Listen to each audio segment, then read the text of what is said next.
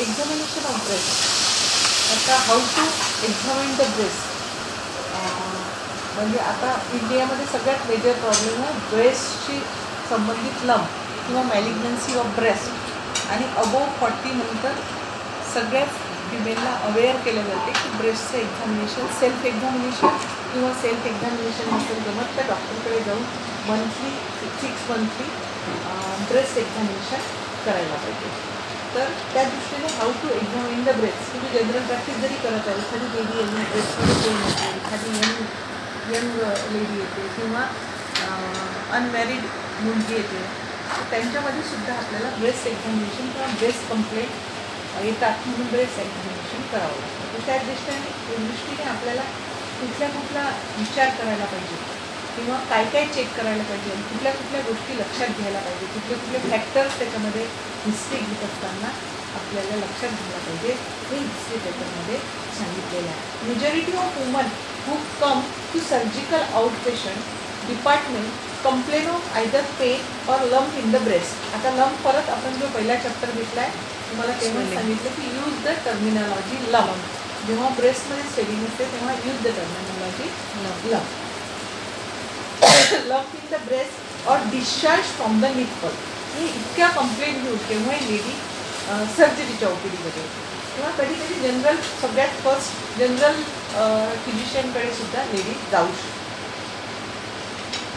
आणि हिस्ट्री जी आहे history taking त्याचं सेम पॅटर्न जो आहे तो आपण हिस्ट्री टेकिंगमध्ये घेतलेला आहे, त्याचप्रमाणे घ्यायचा आहे. चॅप्टर फर्स्टमध्ये here only specific points are discuss. ह्या चॅप्टरमध्ये फक्त स्पेसिफिक पॉईंट्स आपण डिस्कस करणार आहोत. बाकी अदरवाईज हिस्ट्री टेकिंग आणि examination of lump according to first chapter and swelling chapter हे नेहमी लक्षात ठेवायचं.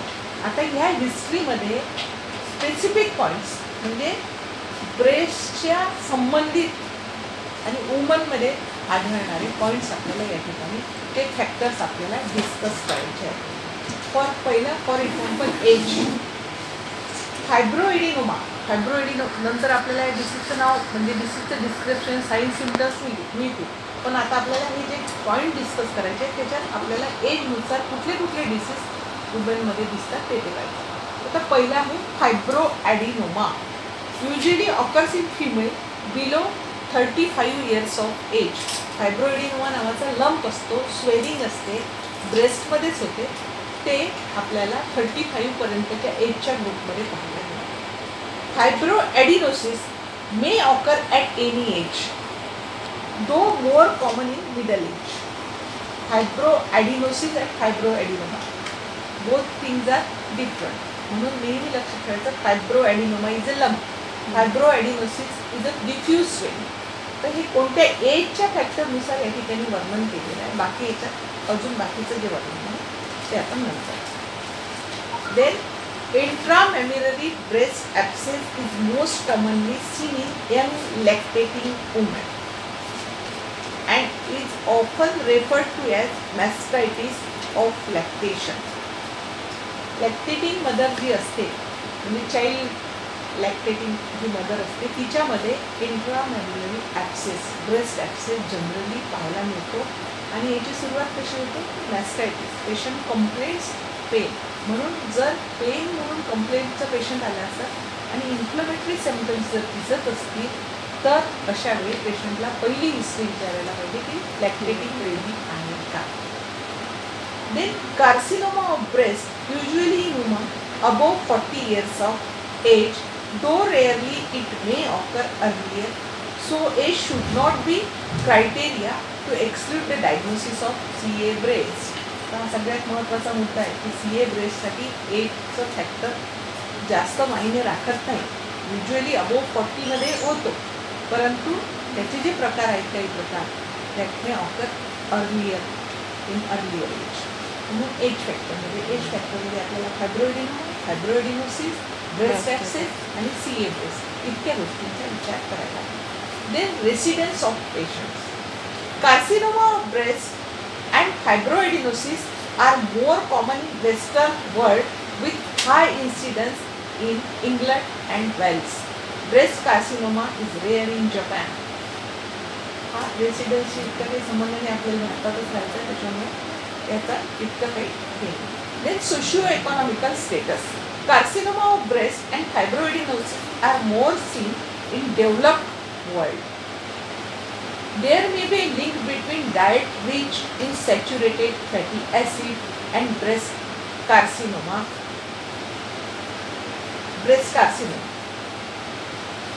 म्हणजे आता याचा डाएटचा लिंक केलेली आहे. Diet rich in saturated fatty acid. Saturated fatty acid जे डाएट घेतात त्यांना फायब्रोएडिनोसिस आणि कार्सिनोमा ऑफ ब्रेस्ट इन याच्यामध्ये सोशिओ इकॉनॉमिकल स्टेटसमध्ये सॅच्युरेटेड फॅटी ॲसिड जास्त घेणाऱ्या वुमनमध्ये. Both these diseases are common in nulliparous women and who have refused the intended purpose of breastfeeding. म्हणजे आता कार्सिनोमा हा नलीपॅरस म्हणजे ज्यांना इन्फर्टिलिटी असते, कुठलाही बेबी बॉर्न होत नाही, त्या लेडीमध्ये CA ब्रेस्टचे चान्सेस जास्त असतात. आणि ज्यांना मुलं बाळं होतात, चाइल्ड होतात, पण रिफ्यूज फॉर ब्रेस्ट फिडिंग करत नाही, त्या वुमनमध्ये कार्सिनोमा होण्याचे चान्सेस जास्त असतात. तर ब्रेस्ट फिडिंग करणे हे टू अवॉइड CA ब्रेस्ट हे एक हे आहे. म्हणून ब्रेस्ट फिडिंगसाठी लेडीजला एनकरेज करायला पाहिजे. These diseases are less common in underdeveloped world where women give birth to multiple children. म्हणजे जास्त मल्टिपल चाइल्ड होतात, त्यांना चिल्ड्रेन होतात आणि ते ब्रेस्ट फिडिंग करतात, म्हणून त्यांच्यामध्ये CA ब्रेस्ट होण्याचे चान्सेस कमी असतात. होत नाही असं नाही, असं आपण बिलकुल असं नाही म्हणू शकतो, पण CA ब्रेस्ट होण्याचे चान्सेस कमी असतात. Then lump in the breast. Next पहिलं एज झालं, रेसिडेन्स झालं, सोशिओ इकॉनॉमिकल स्टेटस झालं. Then lump. The commonest mode of presentation of disease of breast is lump. छातीत गाठ आहे अशीच कंप्लेंट म्हणून लेडी तुम्हाला येईल. आपण मेडिकल टर्मिनॉलॉजी वापरतो त्याला lump. Enquiry must be made about its mode of onset, duration and rate of growth. परत स्वेलिंग चॅप्टरकडे जायचं आहे आपल्याला. मोड ऑफ ऑनसेट, ड्युरेशन आणि ग्रोथ. मोड ऑफ ऑनसेट म्हणजे ट्रोमा होऊन झालं की ॲक्सिडेंटली आपल्याला तर लम्प दिसला, जसं की सिलिसिस सांगितली पाठीवर असते, लायकोमा असतो तो पाठीवर असतो, ॲक्सिडेंटली कधी कधी खाज येते किंवा दुसऱ्या गोष्टी लोकांच्या लक्षात येते, ॲक्सिडेंटली हात जातो तेव्हा लक्षात येते. तर मोड ऑफ ऑनसेट, ड्युरेशन किती दिवसापासून आहे. आता इग्नोरन्स झालेलं असेल किंवा लक्षात आलेलं नसेल तर ड्युरेशन फिक्स सांगू शकणार नाही, पण when he first notice, he or she notice ते. आणि दुसरं रेट ऑफ ग्रोथ फास्ट आहे, स्लो आहे की जेवढी आहे तेवढीच आहे, फास्ट आहे का, फास्ट आहे का, स्लो आहे का, कशासाठी, if it is malignant tumour, त्याच्यासाठी growth. The lump may develop in the breast following trauma which is either haematoma or fat necrosis. कधी कधी काय होते की बाळ चाइल्ड असते, बाळ एखाद्या वेळेस अंगावर येते किंवा धावत एखादं किंवा एखाद्या वेळेस अननोनली हे दुसऱ्या व्यक्तीचं ब्रेस्टला लागू शकते. तर म्हणजे ट्रोमा झाला त्याच्यानंतर लम्प झालेला असेल तर इट मे बी हिमॅटोमा और necrosis, fat necrosis. Then trauma may simply attract the attention of patient toward pre existing lump. कधी कधी साधाही धक्का लागतो, तिला गाठ असते, बिकॉज गाठ इज किंवा लम्प इज पेनलेस, पण जेव्हा लागते तेव्हा तिला वेदना होतात, तेव्हा हात लावून पाहते तर that is coincidence. But pre existing lump त्या ठिकाणी असतोच. A lump with long history and slow growth is benign condition.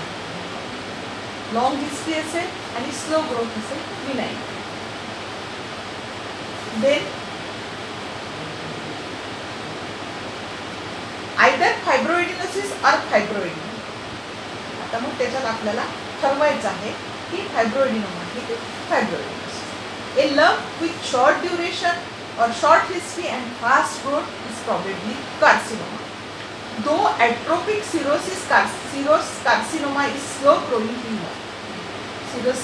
कार्सिनोमाचे पुष्कळ प्रकार आहेत. जेव्हा आपण त्याचं हिस्टोपॅथॉलॉजिकली करतो तेव्हा आपल्या लक्षात येते की ॲट्रोपिक सिरस आहे की सॉमस स्केल कार्सिनोमा आहे की ॲडिनो कुठला कार्सिनोमा आहे ते हिस्टोपॅथॉलॉजिकल असतं. पण ते आपल्याला इतकं म्हणजे केस टेकिंग घेताना किंवा हिस्ट्री घेताना आपण ते इतकं हे करू शकत नाही.